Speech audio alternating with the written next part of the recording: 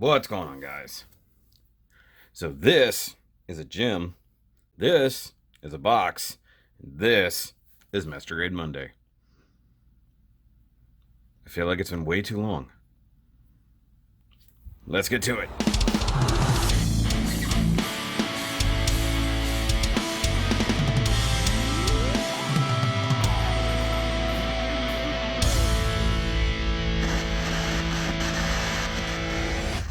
Alright guys, so here on this Master Grade Monday, we're going to be taking a look at the... why can't they ever just leave things undone? So the RGM something... Yes, something. It's ESF special thing.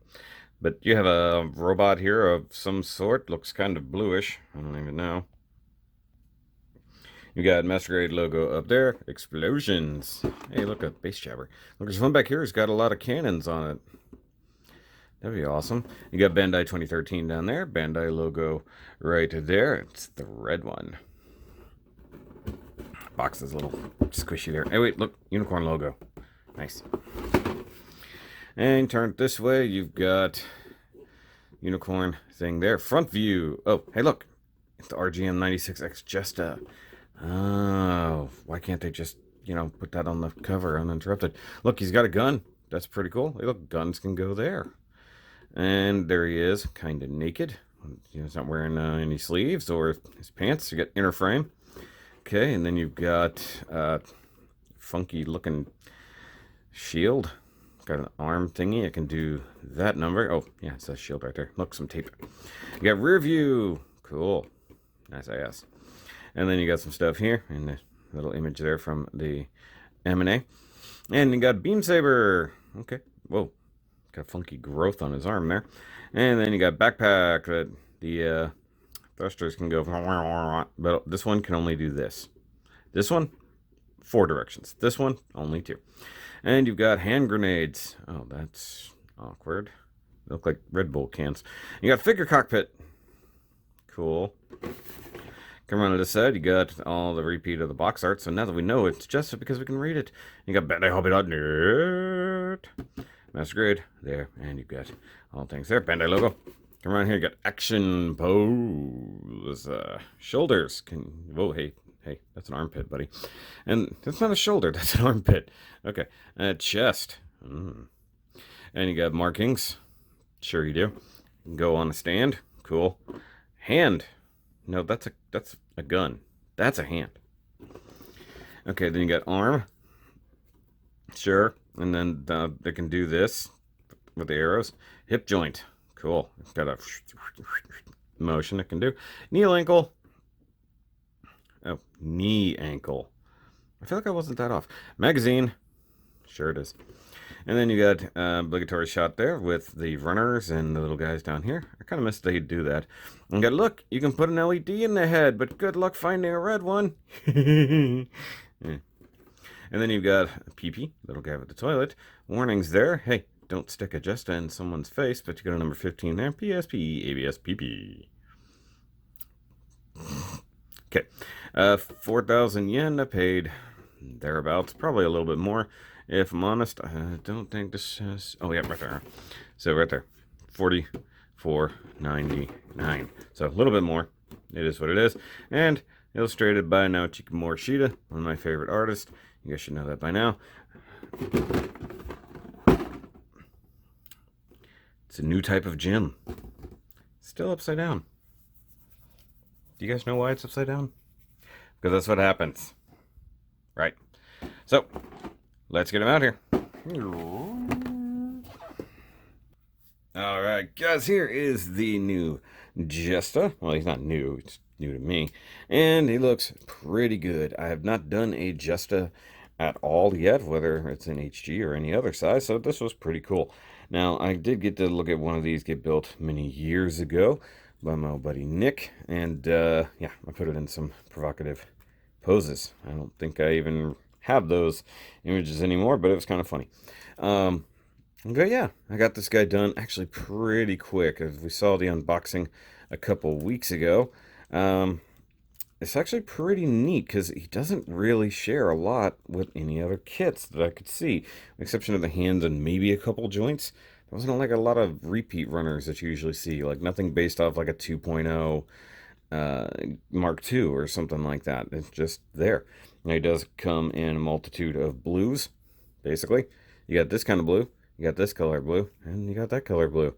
And then you got some gray, like here and here and here, and then maybe in there. It's pretty cool. And yeah, does have some decent details. I did not put any of the decals on him, externally, because I may or may not still paint this to some degree. Hey, you tuck that away. Tuck that away. But it looks pretty good. I was going to bust out the turntable, but I didn't. So that's just what it is. But I like it. The detail's pretty good. The articulation is pretty good, and other things. And also, parts separation is pretty sweet. Like even this is a push-through yellow piece. I love that.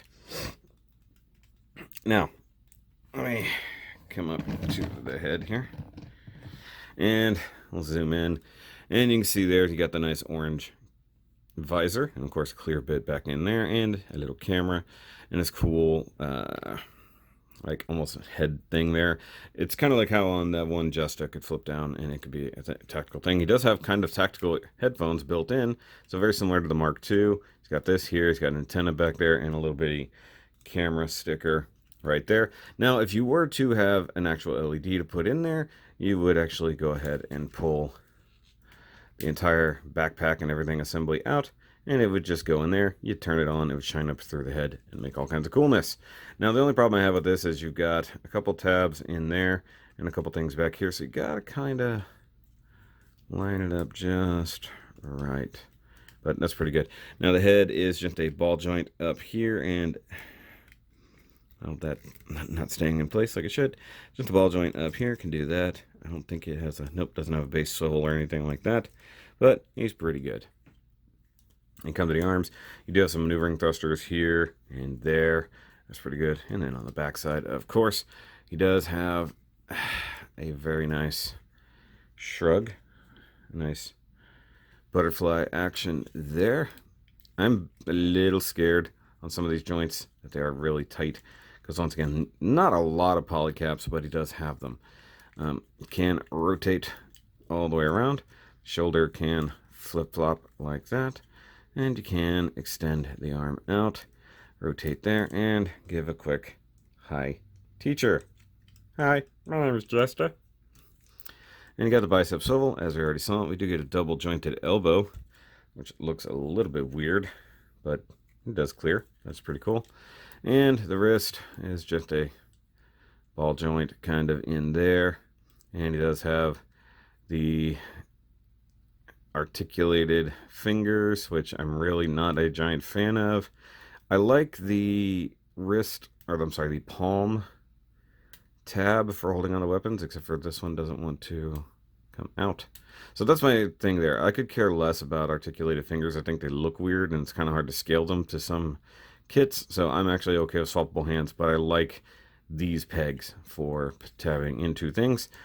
He does have an ab muscle here. Can do that number. Can rotate both here and at the bottom. He has this hose going through the middle, which disturbed me because I'm like, it's not a Xeon suit. Now, he does have a opening cockpit. I almost never show these, but let me see if I can get a hold of it. The hardest part about this one is getting in there.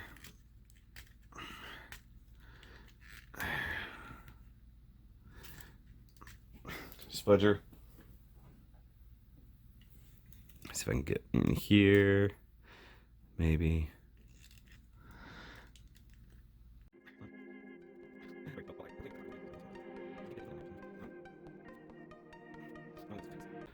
There we go. Get a little leverage on it. Not necessarily what you want to do, but you have to kind of pull the bottom out first. And then the top. Kind of accordions up. And is all jacked up in there. And then you have, not even remotely in the middle of the camera, you have the pilot sitting way back in there. And I generally don't, do anything with those. But if you look on the inside of there, there's kind of a, screen and stuff. It's a good cockpit. It's just super annoying. I love the layering here. So this gray, this blue, that blue. That's pretty good. Okay, so hip skirts, do rock forward, side skirts, move a little bit like that, and without really messing with anything, you can kick forward that far. You can go decently far back before you start running into the back skirts. And then if you want to, you can rotate the hip joint down and get a higher chorus line, and then big double jointed knee that gets you to there because, well, it runs into its own armor, which is silly. Let's see, rotate that back up. Like, this is an interesting way to do the hips, less scary than the way some other ones do. You can't get a very good Jean-Claude that way, but I bet if you drop the hips down, it probably can. I'm just not going to bother. And come down to the ankle, which looks pretty nice. You do get some ankle rocker here, so you can do this number. I don't think the foot itself flexes. Nope. And you got ball joint mount there. Can go that far. That far. Can just do some craziness like that. Just be careful. You do get some moving thrusters back here, which is pretty cool. I kind of wish I could go a little bit further, but I like the extra molded detail inside there. Things you don't have to paint. Same thing here on the skirts. You do get the backpack verniers that are just ball joint mounted, so they get some movement. Nothing crazy. And just a nice, decent backpack. And you can remove the backpack if you want, like get it separate from this, but it's a little harder. There's also a little door situation there, so I guess you can, I guess, tilt it to some degree, like give it a little up motion, but not really. So I don't know what the point of that is. Maybe for a different thing. I'm not sure. So let's move on to accessories and stuff. So we'll start out with his machine gun, which is giving me problems for some reason. So it's good looking machine gun, except that this pops off way too easy. I kind of would say if you're not really going to do anything else with it, just go ahead and glue that in place. Hold on, I'm going to bring this in a little closer. And you do get this nice translucent camera there. I actually really like that. Nice targeting system. Nice drop down handle here, and it does swivel so you can go sideways with it as well. I like the idea that it looks like it's got a big suppressor, otherwise it's just a really big barrel. Oops. You can, of course, attempt to push this out. There we go. So you can get that handle. Go ahead and grab your hand. I'm just going to turn on autofocus. Just forget about it. And you can open that up. I already have the tab folded out because, well, he was holding the gun up until recently. Once again, that ammo canister is, not ammo canister, but magazine, as it were, is annoying. So you line up your tabs. Tab them in together to the best of your ability. Sometimes they don't line up. There it goes. Wrap the fingers around. And if we're doing proper trigger discipline, he's not ready to shoot, so his finger isn't on the trigger. And you can just tuck it in just a little bit because he won't clear that elbow joint. But I guess if you try, yeah, do it that way. Just use the one elbow. You can. So that's cool. And he does have weapon storage for that. Sort of. I say sort of because it's kind of annoying. So you come back here and you have this whole bit that flips down. And then you just kind of tuck that up and away. And you just rest it. Oh, hold on. Gotta go up in there, kind of. Come on. And then it doesn't tab in or anything. It just sort of sits like that, and it's supposed to hold itself in place, but more often than not, that happens. It's annoying. It doesn't really clip in, and I wish it would. And of course, if you have your magazine there, that works, but we'll set that aside for right now. Speaking of magazines, you do have the spare ones here on the back of the arm. They do remove, although I don't know if I can get them out. They are just kind of snapped in there, more or less. I think there was a little tab end yeah, up here where they all kind of sort of tabbed in. But it's neat that they just have those. They didn't even have to give you individual ones. So it's interesting that they bothered. I'm just being honest about that. He does have a beam saber mounted back here on the back of the forearm, which is pretty cool. So that folds out like that, and then he can just come over here and yoink it out of the back of his own arm, I guess. Sort of, maybe. Just reach. Just reach for it. Just get it like that, and then you can just yoink it off that way, and then we just kind of tuck that away. We don't talk about that part. Okay, and then of course he wants to fall over. He does have the tab inside there as well. Ah, there we go. Let's see if I can give him the beam saber. Probably not, because it folded up. Come on. There we go. So the close quarters weapon of choice is the beam saber. There we go. So now we have, I don't know what that just was, but we do have a beam saber blade. He does come with two, but you're only going to need one. So there's that. So if you want, you can just kind of shortcut it and just have him. He's very dumpy. Not in a good mood. It's Sunday. He doesn't really want to do much. I understand.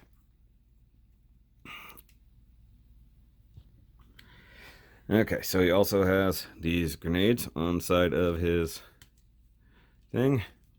This does open, but it's giving me problems. Yeah, so there you go. Those are there. Do with them as you wish. They're not individual, but I guess if you wanted to, you could probably cut them apart and give some actual grenades to hold. That's up to you. And last and certainly least is his shield, which is pretty neat. Just molded in some blues and grays. Looks pretty cool. I appreciate the nice EFSF logo. ESFF? I don't know. One of those letters. Nice little anchor star there. And a couple little missile launchers there. Very reminiscent of the shield of the Jagan. And underneath, you have the handle that can move like so. No weapon storage on there, which kind of sucks. And you can attach it to the backpack like so. I said like so. Just kind of, yeah. There, okay. And if we come back here, you can see that it is on a couple of swivels. Knew that was going to happen. That doesn't really attach that well, let's just be honest here. So you get a couple of swivels here. Don't think anything, yeah, it does. Okay, so you can, yep, get a bigger one that way. And then even up here, you can't see what's happening, can you? Like so. And he does just do that number. And if it's in kind of a compacty, easy form here, go ahead and, yeah, see what happens? You take it off once and it never fits again. It has a tab in there that all this can line back up and then just sort of be in a good spot, kind of like that. And then compact this down about as good as you can get it. It does swivel here, it does rotate there, and then of course, like I said before, it doesn't really stay. So that is going to want glue in the future, probably. But you do have a nice looking shield. I like that it's just stored on a sub arm, so you can pull it out. He doesn't have to hold it, but if you want to, you can disconnect it from there, and he can hold it with his other hand like that. But I think that's pretty much it for the Jesta himself. So let's bring out a couple of comparisons. Some other RGM units that we've done before. He's a little bit awkward, if I'm honest. And we'll bring out the Space White Jagan. Now these two kind of operated together. You can see them in Unicorn and other series like that. An older unit, so this is an 89, this is a 96, but still, you know, you can see how you get from here to here in some degrees, because they even have like very similar, if not the same kind of side skirt grenade launchers and stuff like that. This one still has the vents on the front. This one doesn't. And just, you know, very different, like slimmer kind of form here. This one seems to be a little bit more tactical in nature, especially looking like a SWAT unit, if we're honest. And then going way back when to that, it'll be great. Some good framing, you know. And then we got Jim Cannon. It's the closest thing I have to a master grade Jim, like an original one. So that's still pretty good. And that's, of course, in North American type and stuff like that. But whatever. And also, I've noticed that some of the water slides have come off of him. Not happy about that. But, you know, there we go. There's my selection of MG Jim type things. Some RGMs, as they were. And once again, you can see the shields. How this has the missile launcher. Stuff like that. How this came from this, more or less. It's a weird shield, if I'm honest, but I dig it. But let's pull this guy over here. But guys, for final thoughts, it's a good kit. It's a really good kit. I've known that for a long time. I just have yet to get my hands on them, and I figured, you know, now is a perfectly good time. Now, I was thinking that I could go ahead and maybe do a full repaint on this guy, but I don't know if I have the time, and given the weird nature of the world at the moment, I don't know if I'll be able to get the supplies I need in the same fashion, but, you know, if I need to, I can probably try to order some paints online.